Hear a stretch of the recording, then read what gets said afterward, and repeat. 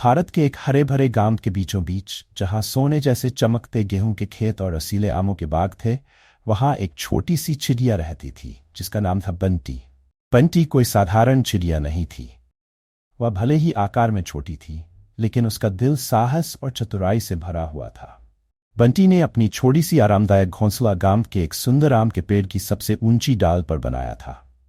ये पेड़ एक दयालु किसान रमेश के खेत में था। रमेश सुबह से शाम तक कड़ी मेहनत करता था। वह अपने खेतों और अपने प्रिय आमों के बाग की देखभाल करता था।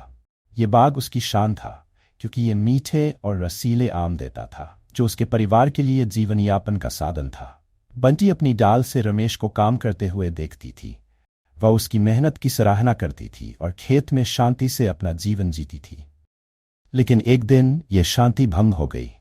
जब बंटी खेतों में अनाज ढूंढ रही थी, उसने देखा कि दो शरारती बंदर आम के पेड़ की एक डाल पर बैठे बातें कर रहे थे।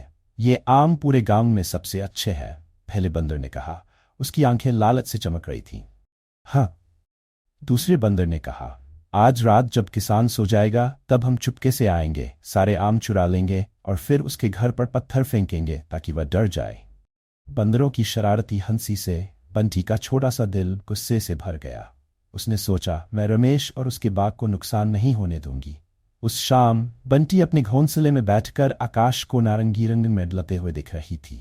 सूरज अस्त हो चुका था और रमेश ने अपना काम खत्म कर अपने औजार बंद कर दिए और घर में आराम करने चला गया।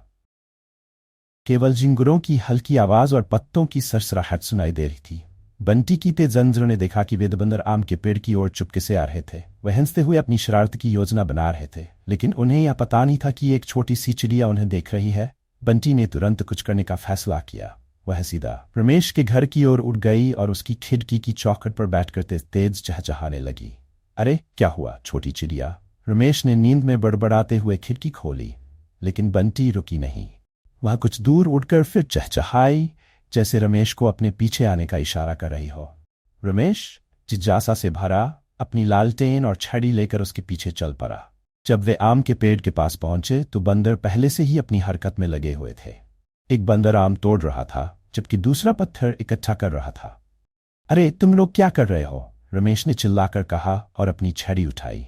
डर के मारे बंदरों ने आम और पत्थर नीचे गिरा दिए और तेजी से पेड़ से उतरकर भाग गए। भागो, वे चिल्लाए और अंधेरे में गायब हो गए। रमेश ने राहत की सांस ली और बंटी की ओर देखा, जो पेड़ की एक डाल पर बैठकर खुशी से चहचहा रही थी। तू तो बड़ी समझदार चिड़िया है।